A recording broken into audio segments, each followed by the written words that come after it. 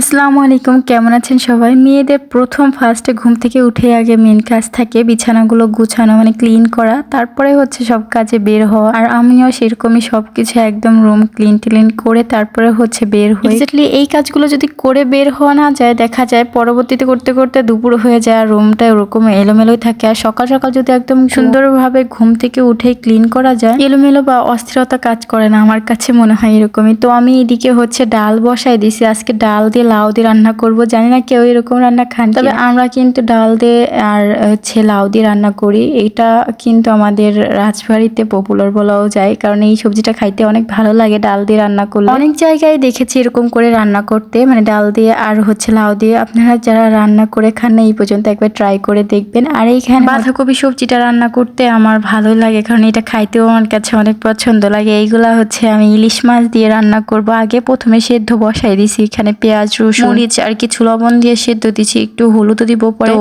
আর হচ্ছে ইলিশ মাছের যে লেজ আর মাছটা থাকে ওইটা দিয়েই রান্না করব আজকে। তো অল্প একটুই রান্না করব, কারণ আমরা তো এখন বর্তমান 3 জন মানুষ, এটা খাইতে বেশি করে রান্না করলে এমনিতে 2-3 পদ রান্না করা হয়, নষ্ট হবে এই কারণে। আর আমি বেশিরভাগ সময় দুপুরের দিকে রান্না করি, দেখা যায় রাত্রেরটা দুপুরেরটা একবারেই রান্না করে রাখি। রাত্রে শুধু ভাত রান্না করি, দুধ চাল দিয়ে, এটাই হয়। তো এইদিকে হচ্ছে আমি বাগার দিয়ে নিচ্ছি, মানে ডাল দিয়ে লাউ দিয়ে যেটা রান্না করছি ওইটা হচ্ছে বাগার দিয়ে নিচ্ছি। এটা রান্না করলে দেখা যায় একদম ঘন টাইপের হয়, বাগার দিলে ওটা খাইতে ভালো লাগে। আর আমি আবার এর মাঝে আসছিলাম দেখতে যে ঘরের কাজ কতটুকু চলতেছে। এই পাশে এসে দেখছিলাম রান্নাঘর, এদিকে এসে দেখি যে প্রায় ঢালার কাজ চলতেছে এখানে, মানে পলিথিন নিচে বিছাই নিচে ওইটা হচ্ছে দিয়ে তারপরে ঢালাই দিই। আজকে হয়তো পুরো ঘরটাই হয়ে যাবে ঢালাই দেওয়া, মানে বারান্দাটুকু বাদ থাকবে। রুমে এসে দেখেন আমার ছেলের অবস্থা কি, যত আছে আমার হাড়ি পাতিলে জিনিসপাতি নিয়ে আসে, ও করে চামিচ হাতা এগুলা নিয়ে আসে, ও খেলনা করে, বলে আমি রান্না করি আম্মু তোমার মতো। আবার এইদিকে ওর খেলনাগুলো সব সময় ও এলোমেলো করে রাখবে, যত গাড়ি আছে ওর আর চৌকির নিচে খাটের নিচে যেখানে বলে ওর খেলনায় ভর্তি থাকে সব সময়। আর সব সময় ওইটা হচ্ছে আমি বের করে রাখি। খেলনাগুলো হয়তো ওর গুছানো থাকলে মনে হয় ওর ভালো লাগে না, আমি যদি গুছাই রাখি না ও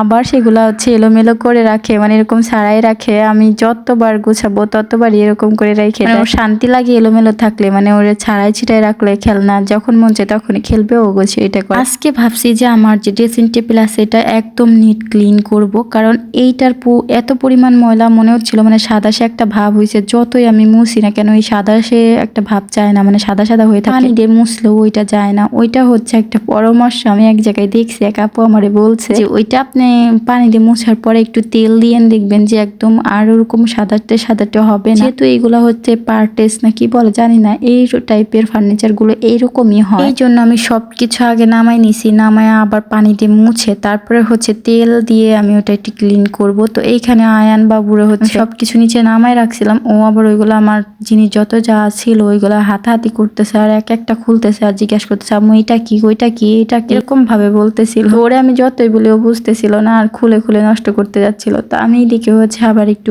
অলিভ অয়েল তেল দিয়ে আজকে হচ্ছে এটা ক্লিন করব। তো অলিভ অয়েল তেল বের করে নিছি, ওইটা দিয়ে আর কি ভালো করে একদম ডলে ডলে ক্লিন করব। ক্লিন করার পর কেমন হয় দেখাবো। তবে পানি দিয়ে কিন্তু একটু আগেই আমি ক্লিন করছি একবার, ক্লিন করার পর ওই রকম দেখা যায় সাদাটে ভাব হয়ে থাকে। এর জন্য আমি ভাবলাম যে না আজকে দেখি এরকম একটু তেল দিয়ে দেখি যে এটা কি আসলে ওই কাজ করে কি। তো আমি আজকে ফার্স্টে হচ্ছে এরকম তেল দিয়ে দিছি, তাও মাশাআল্লাহ অনেক ভালো একটা রেজাল্ট। একদম মনে হচ্ছে ফ্রেশ আর ক্লিন করা, তারপরে মনে হচ্ছে একদম নতুন নতুন মনে হয় এরকম, মানে তেল দিয়ে ক্লিন করব। আমি দেখবো যে কাল পর্যন্ত থাকে কিনা, যদি থাকে কালকে আপনাদের সঙ্গে আবারও শেয়ার করব যে আসলে ভালো আছে কিনা, মানে এরকম কালারটা আবার সাদাটে হয়ে যায় কিনা। মানে অনেক ফার্নিচার আছে তেল দেওয়ার পরে কিন্তু আবার মানে টেনে যায় সাদাটে ভাব দেখা যায়। যাই হোক আজকে ভিডিওটা এই পর্যন্তই, কেমন লাগলো অবশ্যই জানাবেন। আল্লাহ হাফেজ।